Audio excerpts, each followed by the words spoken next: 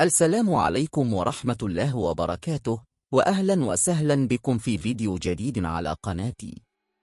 اليوم لدينا موضوع شيق ومميز. إذا كنت جديدا في القناة فلا تنسى الاشتراك وتفعيل زر الجرس ليوصلك كل جديد من فيديوهاتنا. سأشارك معكم أهم النقاط والمحاور، وسأحاول الإجابة عن جميع الأسئلة التي قد تخطر ببالكم. لا تنسوا التفاعل. اكتبوا لي آراءكم في التعليقات، وشاركوا الفيديو مع أصدقائكم لتعم الفائدة. في قصة عن جهنم في الآخرة، يحكى أن هناك رجلا يدعى سعيد كان يعيش حياة مليئة بالملذات الدنيوية، ولا يهتم بأوامر الله ولا بتحذيرات الآخرة. كان دائما يقول: الدنيا هي كل ما لدينا، وما بعد الموت مجرد أوهام.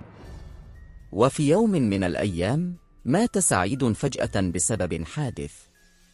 عندما استيقظ في عالم البرزخ وجد نفسه في مكان مظلم موحش. سمع صوتا يقول له: يا سعيد، لقد حان وقت الحساب. ثم رأى ملكين يأخذانه إلى مكان مرعب.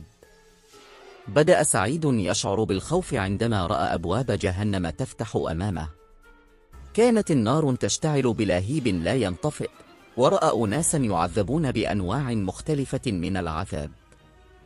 بعضهم كانوا يسحبون بسلاسل من نار، وآخرون يلقون في حفر من القطران المغلي، وآخرون يعذبون بسياط من لهب.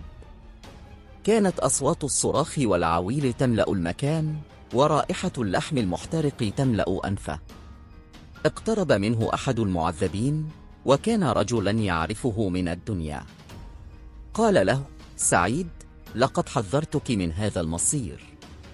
كنت أقول لك: اتق الله ولا تتبع شهواتك، لكنك لم تسمع كلامي.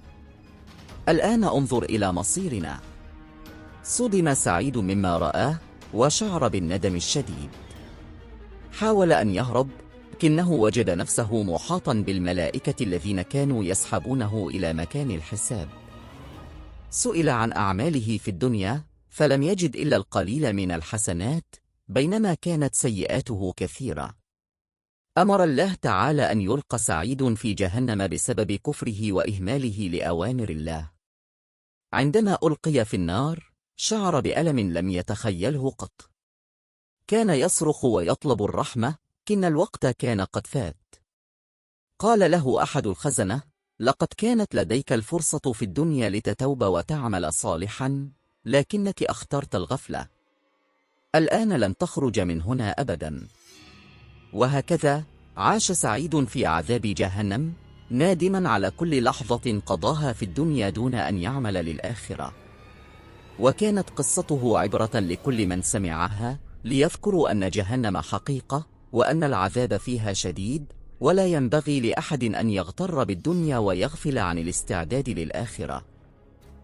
بعد أن عاش سعيد في عذاب مرير في جهنم، جاءه ملك من عند الله وأخبره برسالة عظيمة: يا سعيد، رحمه الله واسعة، لكنه قد أعطاك الفرصة في الدنيا للتوبة والرجوع إليه، ولو كنت اغتنمتها لما كنت هنا الآن. فهم سعيد حينها أن الله سبحانه وتعالى لا يظلم أحدا، وإن التوبة باب مفتوح لكل إنسان مهما كانت ذنوبه. أدرك أن الحياة الدنيا كانت امتحانا، وأن كل ما كان عليه فعله هو الاعتراف بذنوبه والتوبة الصادقة. التوبة لا تحتاج سوى قلب صادق ونية خالصة. من تاب إلى الله تاب عليه، ومن استغفر بصدق غفر له، حتى وإن كانت ذنوبه كالجبال. هنا جاءت رسالة للعبرة، على الإنسان أن يبادر بالتوبة ما دام حيا، فلا أحد يعلم متى يأتي الأجل.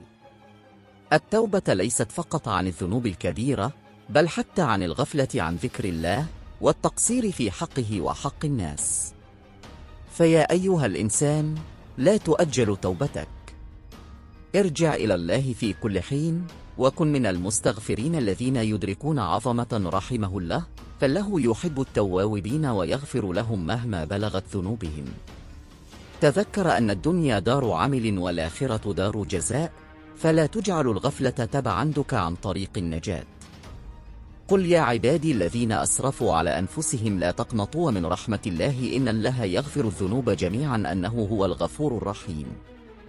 صدق الله العظيم. شكرا جزيلا على متابعتكم، وأتمنى أن يكون الفيديو قد نال إعجابكم. أراكم قريبا في فيديو جديد. دمتم بخير وفي أمان الله.